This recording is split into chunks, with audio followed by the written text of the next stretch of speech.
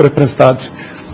Ako reprezentaciju mi svi... A šta je rješenje u Nogometnom savezu? Pa da vam kažem, vjerovatno da se određeni ljudi promijeni, jer ovako je neodrživo, nema ovdje napred.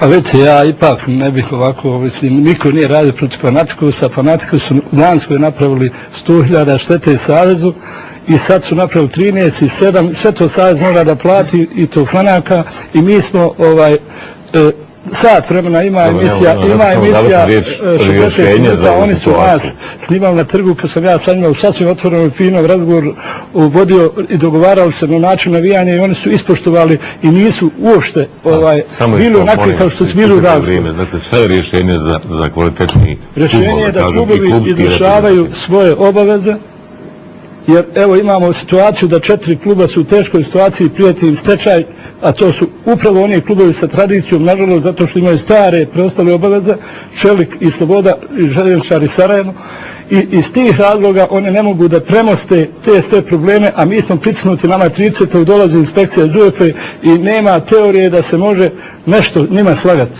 Mi moramo podržati od sve te silne obrasce i zato ja molim i Gratića i molim ukupnu javnost da pomognu Fudbalskom Sarajevu i Željezničaru.